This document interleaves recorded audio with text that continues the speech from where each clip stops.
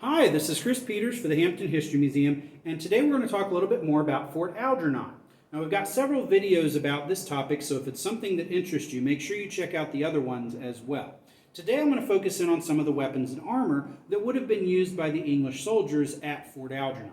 When we talk about armor today, a lot of people think back to the Middle Ages and knights on horseback. Well, in reality, armor was used on European battlefields for centuries, and at the beginning of the 17th century, there's still a lot of it around. Now, whether or not you wore that armor really depended on what your job was. If you were a musketeer, whose purpose is to shoot at the enemy from 100 yards away or more, this armor doesn't really do any good for you. It's not going to stop a bullet, and you're not supposed to be fighting in hand-to-hand combat. So musketeers, like the one pictured next to me, didn't wear armor on the European battlefield.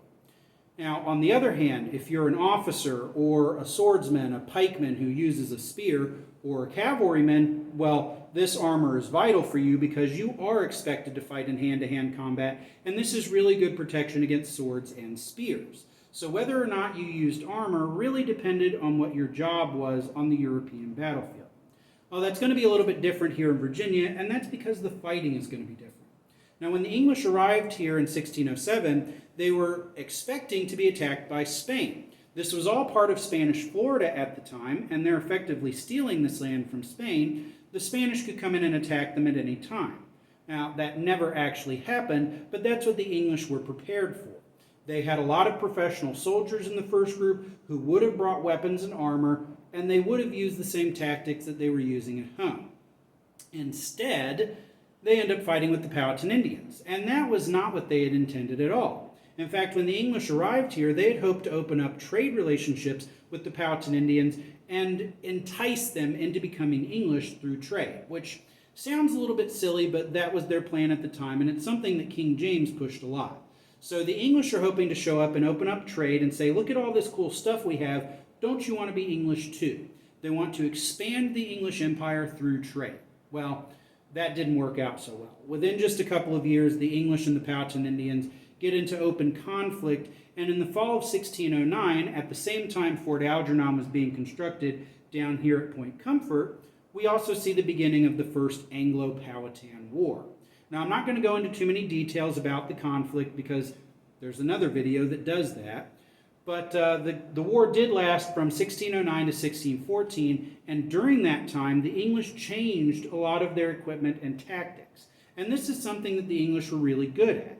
In fact, it's a big part of the reason that the English military has had so many battlefield victories throughout the centuries, and part of the reason the British Empire grew so large in the 18th and 19th centuries. The English and British military has always been very flexible in the way that they use their equipment and the tactics that they employ. And the same thing was true here in Virginia as well. So at the beginning of the conflict in 1609, the English would have equipped themselves just like they did at home. Musketeers would have gone out on raids with no armor, and they would have been supported by men wearing armor who carried swords or short spears. Well, that proved pretty ineffective, and there were quite a few English casualties during the first couple of years of the war. All of that changed in 1611. Some new military leadership came into the colony, and they realized very quickly that although plate armor won't stop a bullet back on a European battlefield, it would certainly stop a Powhatan arrow or a club. So suddenly in 1611, all of the English soldiers started wearing armor, and this was something that was actually noted in the primary sources of the time. The Powhatan Indians actually seemed to be surprised by the fact that suddenly all of the English soldiers were wearing armor. So this was a pretty big change for them, and they had to make some changes to the equipment itself. Mounting a musket to fire it wearing plate armor is not the easiest thing in the world. The armor does get in the way a little bit, so they have actually found pieces of armor that were modified here in colonial Virginia to have a plate where you could mount the butt of your musket and make it easier to fire. So the English started changing their tactics and modified their equipment to deal with a different kind of fighting. So armor came in a lot of different varieties, including older, obsolete shirts of mail that were sent here.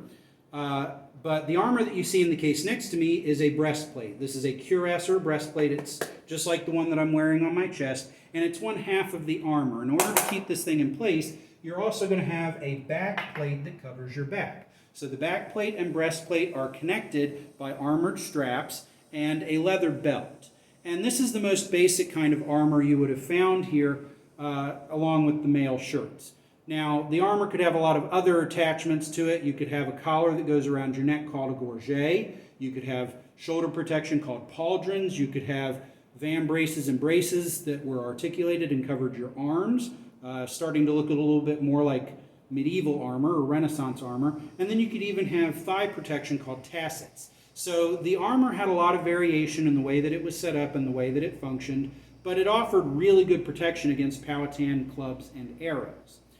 Just about everybody would have been wearing a helmet, and most of them would have been cabossets like the one that you see in the case. Now, cabossets are going to have a similar shape to the helmet that I'm wearing, except they usually have a flat brim that goes around them, just like the one that's next to me.